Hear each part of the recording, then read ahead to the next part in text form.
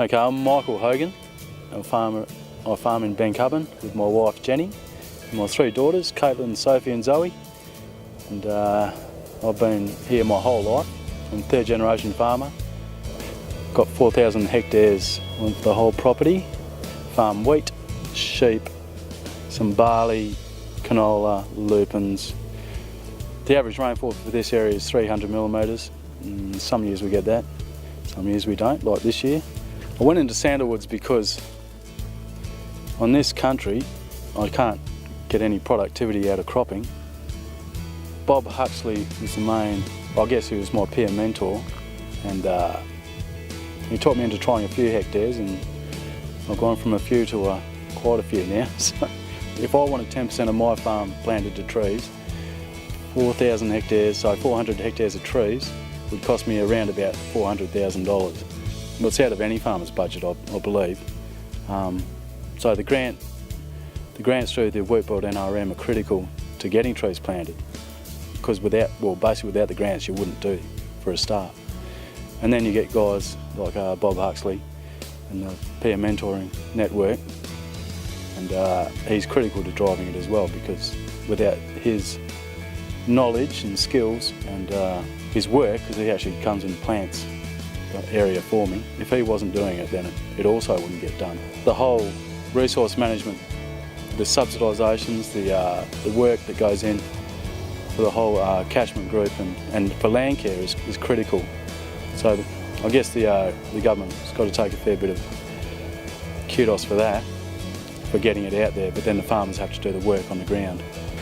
Now this paddock was cleared in the 60s, probably mid to late 60s, and it's wodjil sand, which means it's highly acidic, very unproductive as far as cropping goes. I've tried wheat, lupins, triticale, and basically nothing really yields any good. In a good year you'll get an average yield, in a poor year you get nothing. You just can't get a return from cropping it. If you stock it, the soil starts blowing. It's acid, sandy, very poor structure, just blows away. Wind erosion is a big issue, especially in this area just where we're standing. And it's also a recharge area for as far as rain, so it all goes down to the valley and causes a salt problem down on the valley floor. So to stop recharge, the trees would collect the water on the way down the hill and use it for their growth, so that should help fix that problem as well.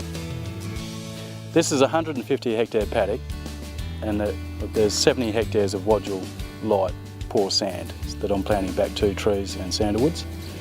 Started in 2007 when Bob got me on with 5 hectares of host trees, and then the next year I did 10, and then the next year I did 20, and this year I'm doing about another 15. So out of a 70 hectare piece we're planting approximately 50 hectares to trees. The trees will have a large effect on the wind erosion, obviously, because it needs cover to stop, and the trees grow a lot higher than any crop does. So basically the trees should get on top of the wind erosion by themselves. So I mean, on a country like this, I've got this tree behind me is 3 years old, the host tree, and this sandalwood here, 2 years old, and it's already fruiting. I'm getting production that I can't get out of crops. And if you overstock it, it just blows away anyway, so you can't do that. So I'm really hoping that the sandalwoods are going to be a viable crop in the future. I guess in this area they provide a very good backup to farming. When you get years like this, it's basically a drought. If you can get production from your tree crops and income, then that's going to be critical to survival of farmers out here, I think.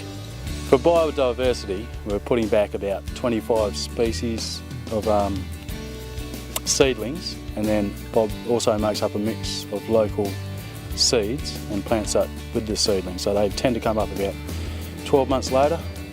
You also see a lot of wildlife coming back.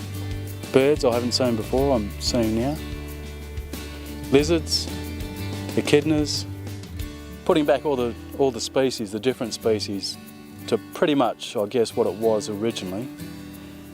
Wodjil country with a lot of wodjil trees and a lot of other hosts as well. But you need the sandalwood for the income, otherwise you've got 70 hectares of still unproductive country. But if you can see sandalwood growing like this after a couple of years, so it's a double benefit. You're planting the land back to trees, increasing biodiversity, but you're getting an income from it as well. There is the wind erosion factor and also the water recharge leading to salt problems down the valley down here, but yeah, you need the income. I guess further down the track, with the sandalwood, hoping for a sandalwood industry to start in this area, there's plenty of land suitable for sandalwood production. So maybe in 10 years' time we'll have a sandalwood factory, and you've got the nuts are a saleable item straight away. Well, a lot of farmers start getting together, getting a group structure sort of organised, then this could lead to long-term, well, it's not just productivity increases, it's income coming into the whole community, probably jobs and families in the future as well. So we're hoping further down the track it leads to another industry that this area can support.